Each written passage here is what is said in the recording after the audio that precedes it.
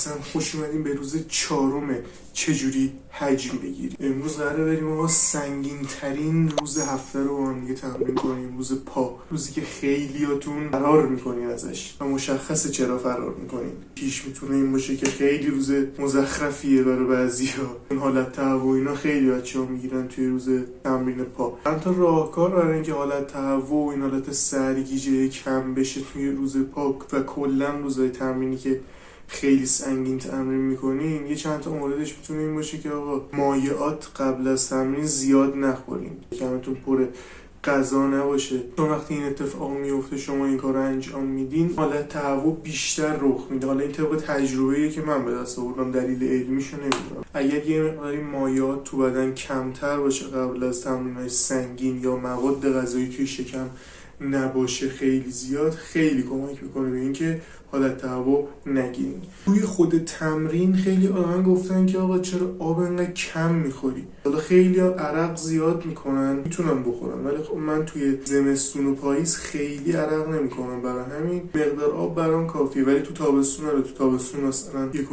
لیتر 2 لیتر هم تو تمرین میخورم. دلیل دیگه‌ش اینه که من تو طول روز خیلی آب میخورم. تو طول روز شاید مثلا من 5 تا از این شیکری که دارم همیشه تو تمرین دستم هست آب میخورم. برای همین سعی میکنم این آب خوردنم پخش بکنم که بیش از اندازه و بیش از حد نشه. الان ساعت تقریبا 12 میخوام بریم باشگاه بزنیم جر و جر کنیم، از لای پا رو جونی برامون بمونه شکمم میزنیم. من خیلی شکمو تو باشگاه نمیزنم، یعنی بیشتر سعی میکنم شکمم مثلا توی روزای استراحت یا تو روزایی که خونه‌ام باشه، مثلا پنجشنبه جمعه یا دوشنبه که استراحت میکنم، بیشتر سعی میکنم این روزا شکم بزنم، چون توی باشگاه اصلا ارتباط نمیتونم بگیرم با حرکات شکم توی باشگاه. ولی تو خونه چرا؟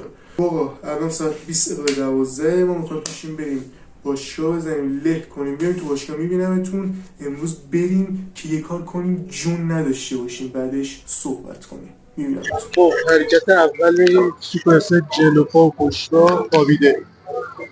برای گرم شدن عضله‌های پا دور تا دور ست اول سبک تعداد بالا، بقیه میتره کنیم.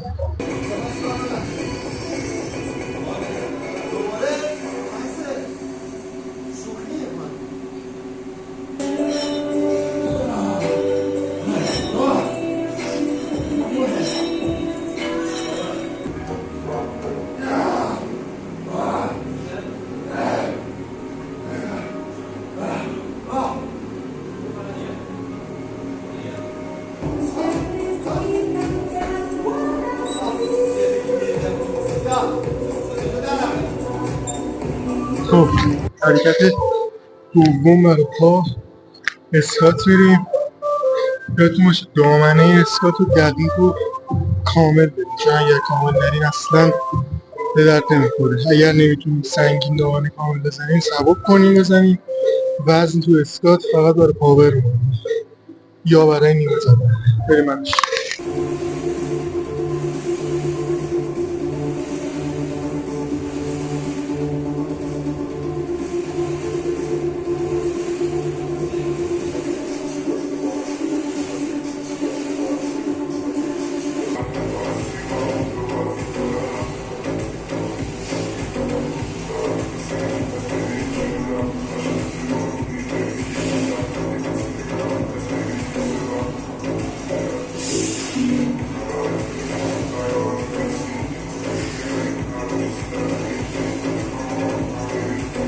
خب حرکت سوم برای پا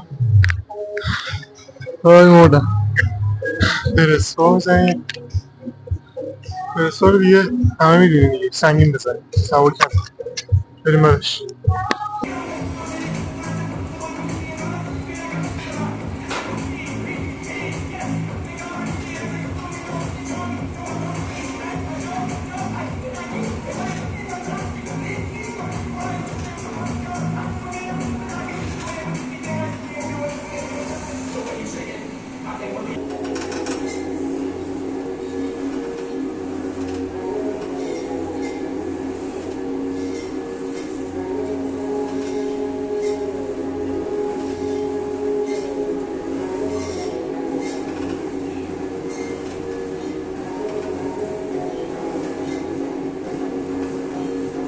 خب حرکت یکی مونده به آخر پاهم انقدر درد میکنه تا حرف بزنم. حرکت یکی مونده به آخر خیاطه میزنیم برای توی پا. این دستگاه فرار نکنین، اگه بدونی چه معجزه‌ای میکنه همیشه میزنیم.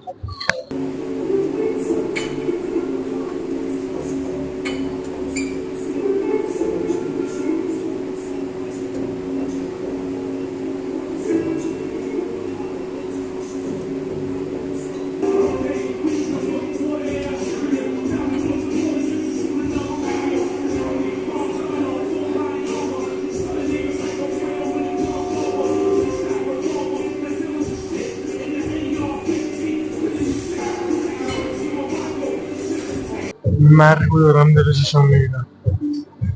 زرانه رو الان اومده پایین 130.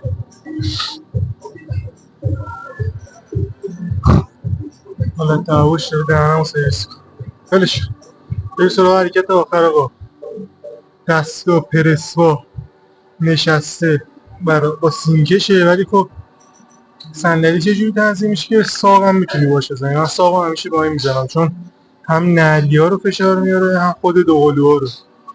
2-3 ست با همین بزنی ساقتون کامل اوکی میشه، چون در طول روز و در طول زندگی خیلی از ساق استفاده میکنیم. یه نیازی نیست اونقدر بهش فشار بیاریم نسبت به عضلات دیگه. همون 3 ست ولی سنگین و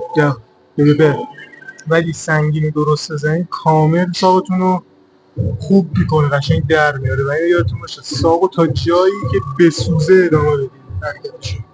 اصلا نشورید تا جایی که سوخت ادامه بدید. 4-5 تا با سوزش بزنید و دیگه تمام. بریم برای آخرین حرکت.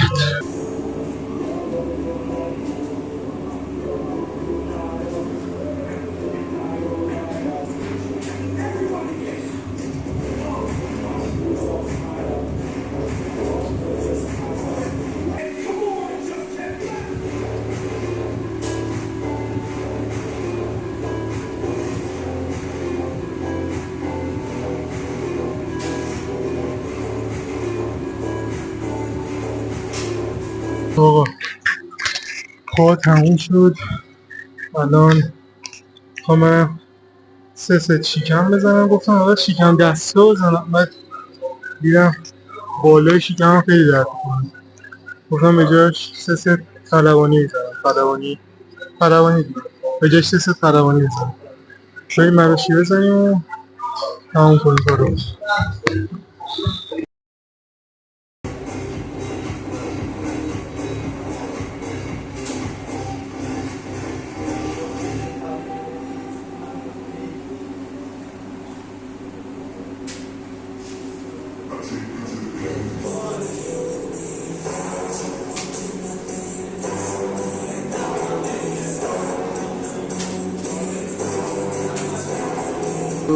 خب اومدیم خونه، من یه همون رفتم اومدم کراتین رو خوردم همون موقع بعد باشه که اومدم خونه درجا.